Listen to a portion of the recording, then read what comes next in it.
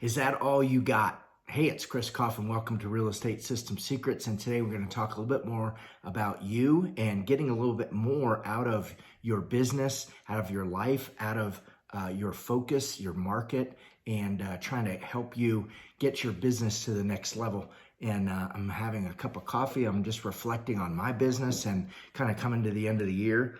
This is one of my favorite times of the day in the morning when the sun's coming up and it's quiet and I get to think and I get to take a step back. And so I'm going to challenge you right now to take a step back as well. Take a step back with me and let's think a little bit about your business. I talk to so many real estate agents that are trying to get to that next level.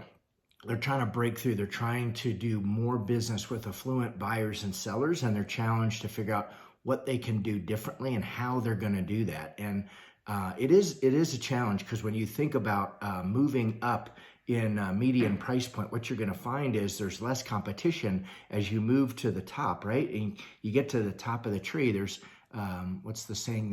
It's lonely at the top. Well, there's still competition in every segment of the market, but I will say that as you move up and start becoming one of the top agents, or you start working with some of the higher price point luxury properties in your market, and I would always challenge you to go into your MLS and spend some time in there and look at what the median transaction amount is, and then say, okay, how do I focus up here above that median as opposed to down here or right in here in that median? Because if you look at the bell curve, there's definitely less competition at the higher end of your market, but they're going to be fiercer competitors. Okay, meaning they've been in the business longer, they're tenured, they're experienced. If they're doing business at the higher level, probably making quite a bit more money and spending that money as a percentage of their gross income back into marketing, and they've probably got a larger subset of referrals and testimonials and clients that they're working with. But all is not lost, right? So what do you do in your business? Well, I'm going to tell you that there's really two things that you can do. You can work harder and you can work smarter. And first, on the harder side, I've talked before about leaning in, not leaning away, but leaning in and figuring out, all right, what is it? Is that all you got? Really, when you look at the end of 2019, did you accomplish all that you wanted to accomplish? Right? Is that all you got? Is that all the effort that you're going to put forward? And if you're sitting right now thinking about your business and what you can do in 2020 and what you can do to lean in, what I'll tell you is to give you the hope that there's an opportunity out there. All is not lost, believe me. You have a huge opportunity. I spent the majority of my career in technology sales and sales management, and we were the little guy. We were the startup technology company, and I was in field sales and field sales management the majority of my career, meaning I was responsible for delivering a number, right? I had a quota every single month, every single quarter, and I worked for 3 different public companies. So it was and the middle company went public during the time I was there. So there's always pressure. And so you should be thankful that the only pressure you have is on your own, the pressure that you put on yourself, your own financial needs and goals. But I'm not saying we don't have pressure to perform, to be able to support our family and our lifestyle and our business, for sure. So that's what I want to talk about, is how you can do things a little bit differently, how you can work both harder and smarter in 2020.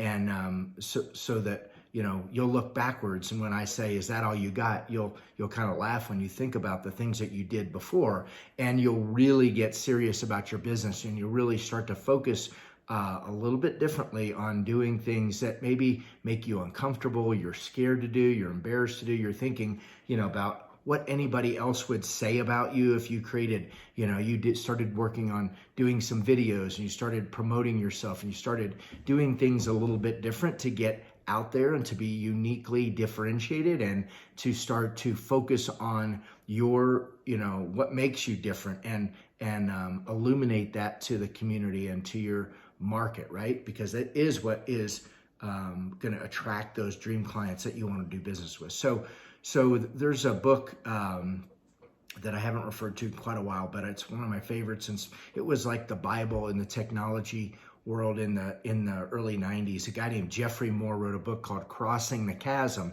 And what that book talked about was the evolution of early stage technology companies breaking in and starting to build their business. And he drew a bell curve, and on the left side of the bell curve was the early adopters and the innovators, meaning these were companies that were adopting technology, but they did not have a high perceived risk associated with adopting that technology.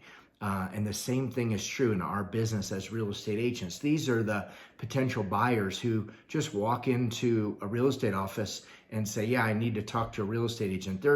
In their opinion, they haven't gone out and done the research and focused.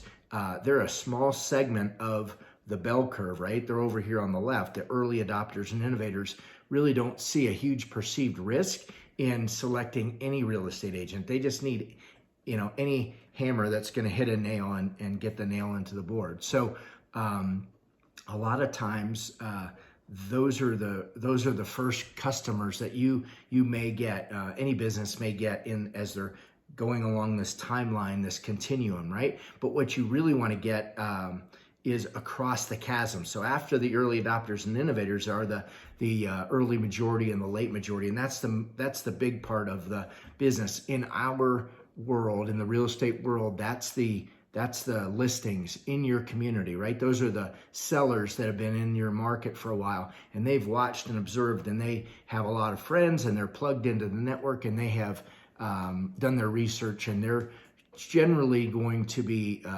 looking really hard at who they want to do business with. They're educated, and they have a high perceived risk in their mind that they want to reduce that risk by making a safe decision that's going to work for them. So this is where things like your digital footprint and things like your market report and publishing premium content and getting out there and doing videos and getting clients to write testimonials and references and referrals are super important, because that reduces that perceived risk, right? Because we want to get people to know, like, and trust us. So and then on the very end of the bell curve are the laggards. Those are the people that are really kind of the blue bloods in your community that are only going to probably do business with the agents that have been doing business for a very, very long time. But again, on either side of the bell curve, it's a small amount. What we're focused on is getting across that chasm from the early adopters and innovators into the early majority and the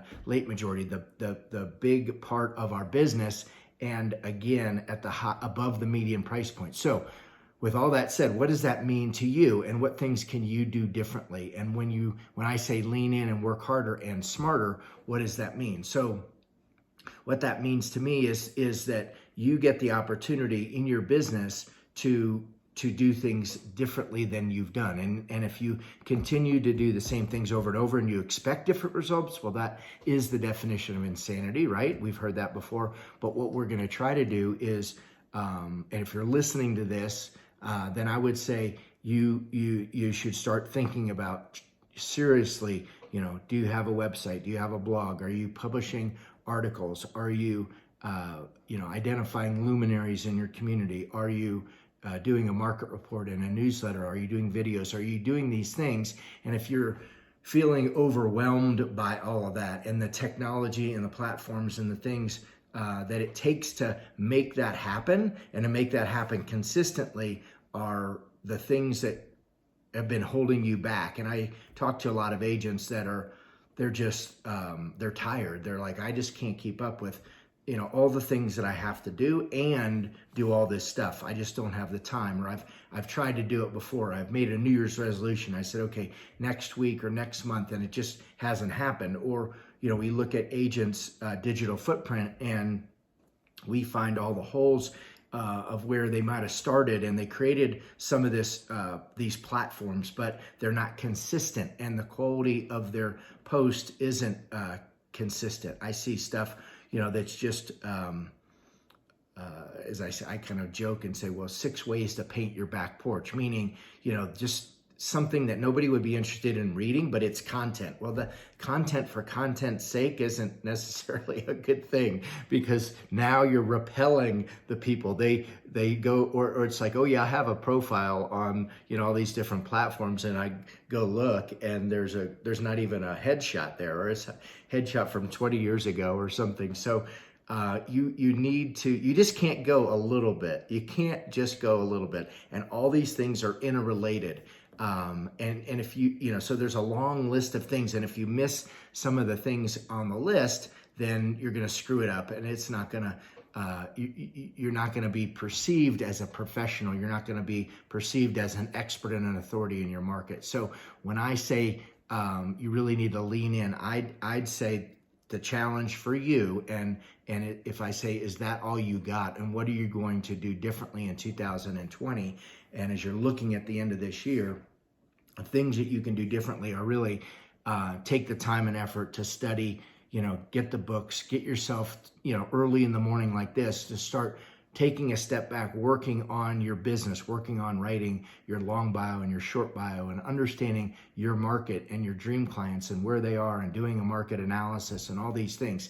And if this does seem like an overwhelming scenario to you, then I would just say, reach out to us and Real Estate System Secrets and say, hey, how can Shelby and Chris help me to implement some of these things? And we're in the phases of getting ready to launch a Done For You program, meaning we're going to be focused more on helping agents with their marketing and all these things that I'm talking about, to help establish the platforms and the consistency and the premium content, the market report, and the newsletters, and start to build your list so that you can make a difference, and you can promote yourself, and you can start aligning with the dream clients that you want to do business with. So anyway, I hope that's helpful. And if leaning in for you means, that you reach out to us, that might just be the thing that you finally need to do. And so I would challenge you to, regardless of if you're going to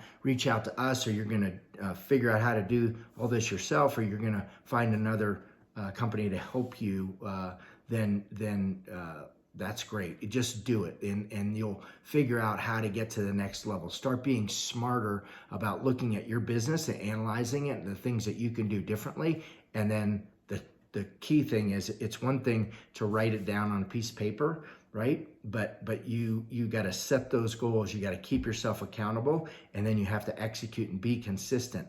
And if you do that, you'll be successful. So I wish you the best, and let us know if there's any ways that we can help you. Have an awesome day.